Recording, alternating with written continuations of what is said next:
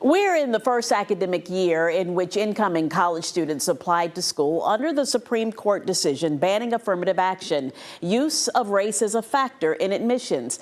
And what we're seeing now is a drop in the number of black students at elite colleges across the country, including at my alma mater, UNC Chapel Hill, a defendant in the case that argued using race as just one of many factors was necessary to achieve a diverse student body. Students are responding to these developments with concern about the future for their universities. It's hard to say what will happen after just 1 year of data, but what is certain is more black students are choosing to go to historically black colleges and universities.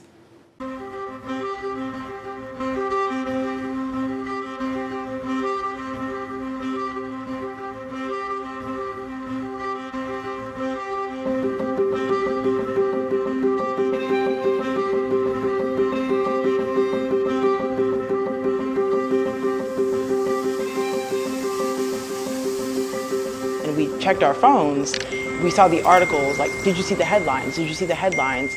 Affirmative action is no longer a thing. And I remember first, immediately thinking to myself, like, they don't want us here. They do not want black students here. They do not want minority students here. There may be this fear that, they didn't earn it, or they feel as if black people don't deserve to be in these spaces. Being able to find that community, I feel like it's important, especially at a place where you're the minority. You're listening to three academically exceptional second-year students at the University of North Carolina, the Tar Heel State's flagship university, consistently ranked among the top 5 public universities in the country. I'm on a full scholarship. I've been a fellow in the Department of Philosophy. Amanda Jasuka. I'm a photographer for the Daily Tar Heel. Ava Wharton. I would say I like it here, outside of sports. And Jalen Marsh, a track athlete, have no regrets about their college choice. That doesn't mean they're not worried.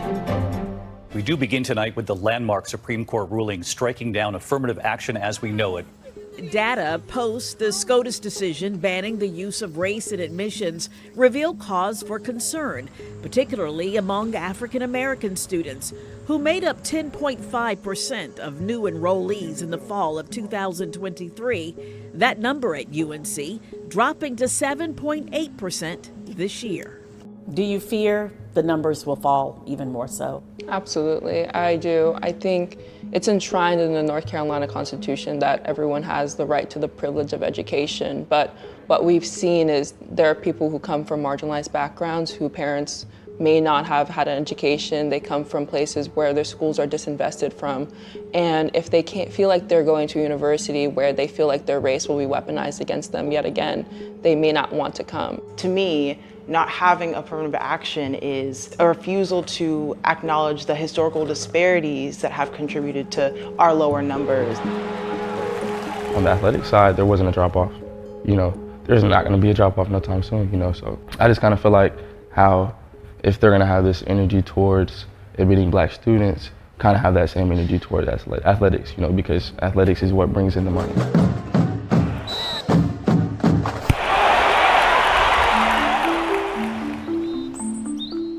A 185 miles away in Charlottesville at the University of Virginia, also ranked in the top 5. Have you liked it here? I'd say overall, yes. Concerns overlap with those at UNC. But there have also been downs or cons of the university experience being a black woman at a PWI. PWI, that's predominantly white institution. Dream Madison is in her last year at UVA. She's president of the Black Student Alliance. The university is also looking at a decline in black students among new enrollees this year, down about 1%. People may say or vouch that there is benefits from quote-unquote colorblind admission cycles post-affirmative action obstruction, but I do not believe that is productive or realistic when we understand larger American and university racial politics, because all decisions are still rooted in a history of lack of access and systemic harm dating back to enslavement, desegregation and this overarching motif of Black students having to fight to be seen. It's hard to imagine that the Supreme Court ruling didn't play some role.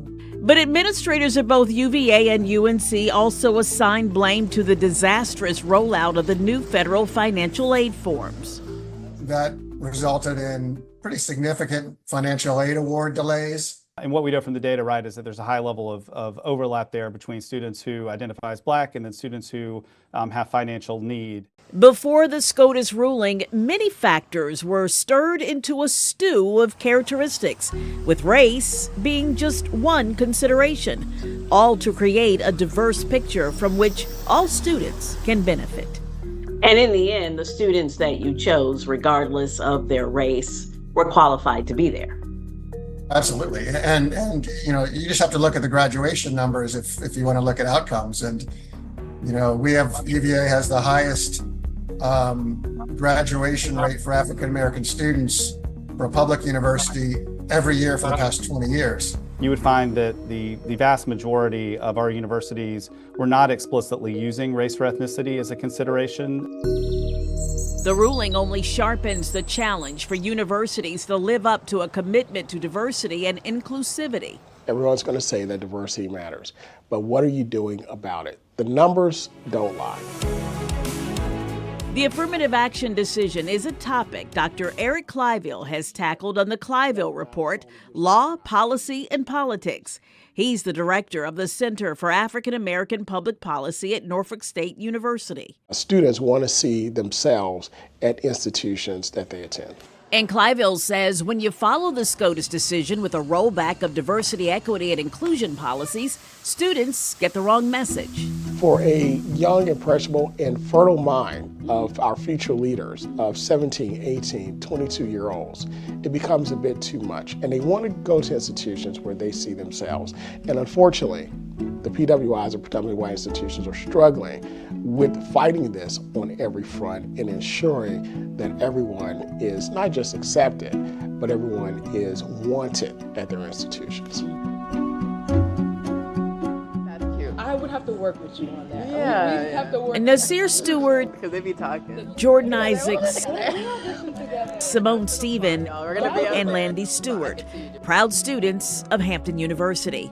What's happening here is happening at historically Black colleges and universities across 19 states. I love the culture here. It's definitely a family environment. Applications to attend HBCUs are reaching record levels. So I think a combination of this sense of greater belonging, coming to a place like Hampton where there's such a phenomenal grounding in a student experience, our academic excellence, and all of the things we've been known for are attracting more students to Hampton. Applications for the 2024-25 school year at Hampton surged to more than 17,000 from 12,000 the year before. This resulted in a 34% rise in new student enrollment. And you decided on an HBCU, and you said that you wanted to feel welcomed. Did you feel like you wouldn't be able to get that feeling at a predominantly white institution? I did. I felt, my high school, it was very diverse, but you could tell just by looking at it, it was majority white students. And so I wanted something different from that.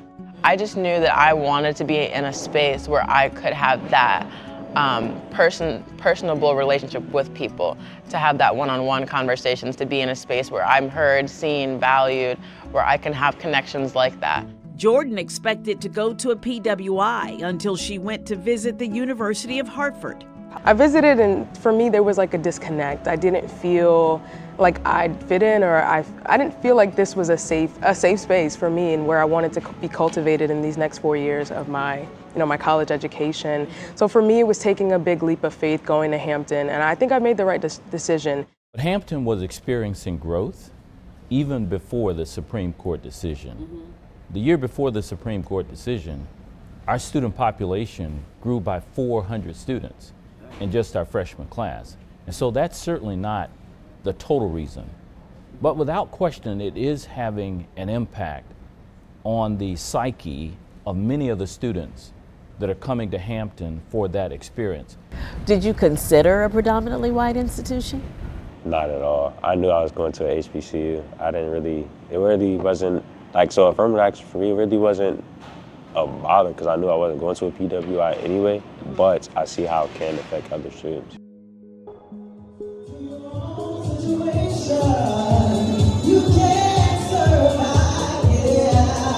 This is the HBCU College Expo. Side of your academics, what are you looking for? What are you interested in? For the HBCU, it has historical background, it has friendships you can make, it has brotherhoods, sisterhoods.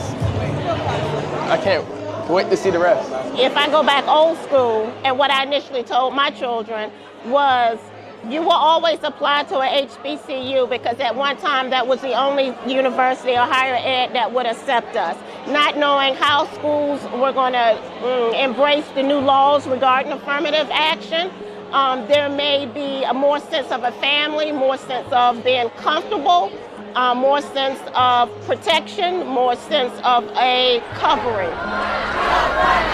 Over recent years, other events have supercharged the desire to attend HBCUs, like the racial reckoning following the police death of George Floyd. But it's a lot more than that. What we're seeing is that, yes, students are choosing HBCUs more, even in the last 2 years than I would say 5 years ago, but we really started seeing it more than 5 years ago. The Access College Foundation that sponsored this expo has advisors in all Southside high schools at Hampton Roads and the Eastern Shore. They help students apply for college, scholarships, and financial aid. We're preaching best fit all the time to all students, meaning best fit for you in a college or a post-secondary opportunity of academically, financially, socially. And so for a lot of those 3 reasons, we've had good reasons for our students to choose HBCUs recently.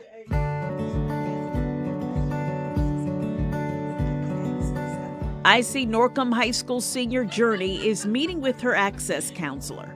She's one of the top students in her class. And look, today, I'm delighted to offer you an admission for the fall 2025 semester as a university scholar in recognition of your outstanding academic performance. She gets another college acceptance letter, this time from Old Dominion, along with the scholarship. Awesome! I don't know how and that's renewable. Journey has some decisions to make, but HBCUs are at the top of the list. I would say yes because of where I go to school, and I see Norcom is a known historically black high school. Seeing the different schools, it really opens my eyes to what I possibly can do in this world. The real reason why students are coming here, the real reason is because of the excellence of this university. But even Hampton University's president will tell you not every black student can or should go to an HBCU. The capacity isn't there. All schools need to be welcoming. The idea that you would place restrictions on who can and cannot be admitted to our PWIs, I think is bad for our country. I think it's bad for what we've always stood for, education as the great equalizer.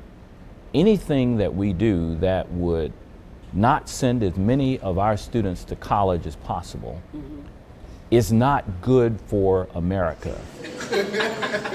And back in North Carolina, where the UNC system consisting of 16 schools grapples with decreased black enrollment at UNC Chapel Hill, but celebrates big jumps at its HBCUs. Elizabeth City State University has its highest enrollment in 10 years, a 4.4% increase from last year. Administrators credit the NC Promise program that brought tuition costs down and accepting a higher percentage of out-of-state students.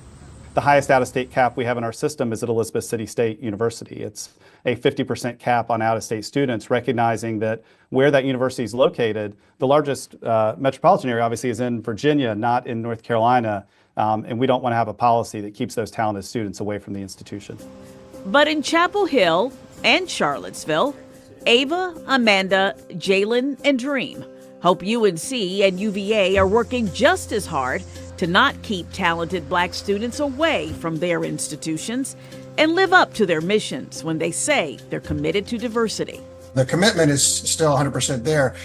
Students at all schools benefit from going to college with students who are different from themselves. Yeah, absolutely. We feel 100% confident that that the president, the board, the system, our institutions have made clear. We want to be a academic institution, an academic university that is open and available to all. So there was a sense of community. And now if you're shrinking that community each year, it's less and less and less Black students. I've been taught from a very young age the kind of realities of being a young Black American girl, in this country, and just knowing that there aren't always going to be spaces that are laid out for us and where we are accepted. And I'm proud to be a Black American person who comes from a long legacy of paving those spaces on our own and demanding that we have a place in this university, because we do. They're not sitting by quietly. They're asking questions and demanding answers. I am very worried. I want to see more people at this school that look like me. I will say next steps are conversations. I think our student body all deserve the answers, and not something that is just reduced for media, something that is genuine. So we know how to pave the way forward as a community, because at the end of the day, we are all Carolina students. We bleed Carolina blue, no matter what our skin may look like.